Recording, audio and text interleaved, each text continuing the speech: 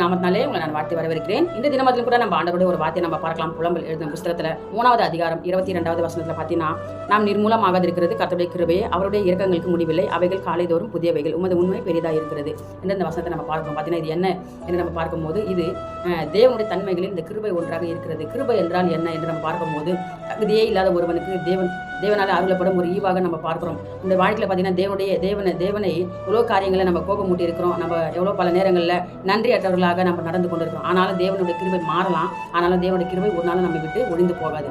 தேவன் நம்மை சிக்ஷிக்கிறார் என்றால் அவர் கூடவே நம்மளுக்கு கிருபை அளிக்கிற ஒரு தேவனாக இருக்கிறார். மனித வாழ்க்கையில் ஒவ்வொரு நாளும் பிரச்சனைகள், சவால்கள், போராட்டங்கள் இதெல்லாம் நம்ம சந்தித்து வருகிறோம் என்றால் அவருடைய கிருபையினால் தான் இதெல்லாம் நம்ம ஜெயித்து வருகிறோம். பார்த்தீங்கன்னா நமக்கு தேவன் அளிக்கிற கிருபையானது ஒவ்வொரு நாளும் புதிதாயும் உயிருள்ளதாயும் அது இருக்கிறது என்று நம்ம பார்க்கிறோம். பார்த்தீங்கன்னா பாருங்க, நம்முடைய வாழ்க்கை எவ்வளவு இருளாக இருந்தாலும் நம்ம நிர்மூலமாகிறதே இல்லை. ஏன்னா அவருடைய கிருபை தான் நம்மளை தாங்குகிறது. அவருடைய கிருபைகளுக்கு முடிவே இல்லை. பார்த்தீங்கன்னா நம்ம தேவனுக்கு விரோதமாக அநேக காரியங்கள் செய்தாலும் அவர் பாருங்க அதையெல்லாம் அதை ஒரு பொருட்டாக எண்ணாமல் பாருங்க, தேவன் அவருடைய குமாரனை கொடுத்து அவருடைய பார்த்தீங்கன்னா அவருடைய கிருபை நம்ம மேலே அவர் பார்த்தீங்கன்னா தேவனுடைய ஒரே பேரான குமாரனை கொடுத்து நம்ம மேலே வைத்த கிருபை அவர் வெளிப்படுத்துகிறார். பார்த்தீங்கன்னா ஒவ்வொரு நாளும் இயற்கையானது கூட பார்த்தீங்கன்னா தேவனை புகழ்ந்து ஒவ்வொரு நாளும் பாடுது. சூரியன் பாருங்க உதிக்குது, பறவைகள் பாருங்க பாடுது, மரங்கள் தென்றல் காற்றை வீசுது, அழிக்குது.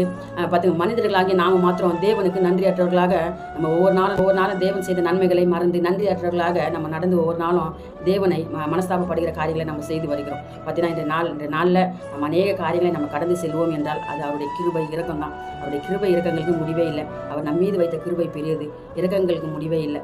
இப்போ நம்ம ஜெபிக்கலாமா? ஒவ்வொரு நாளும் நம்ம தேவனுக்கு நன்றி செலுத்துகிறவர்களாக அனுதினமும் அவருடைய கிருபை இரக்கங்கள் நம்மளுக்கு வேணும் என்று நம்ம ஜெபிப்போமா? நம்ம கேட்போமா? ஸ்தோத்திரம் ஆண்டவரே, அன்பின் நல்ல தகப்பனேன்னா அப்பா, நல்ல வேலைக்காக நாங்கள் உமக்கு நன்றி செலுத்துகிறோம் அப்பா.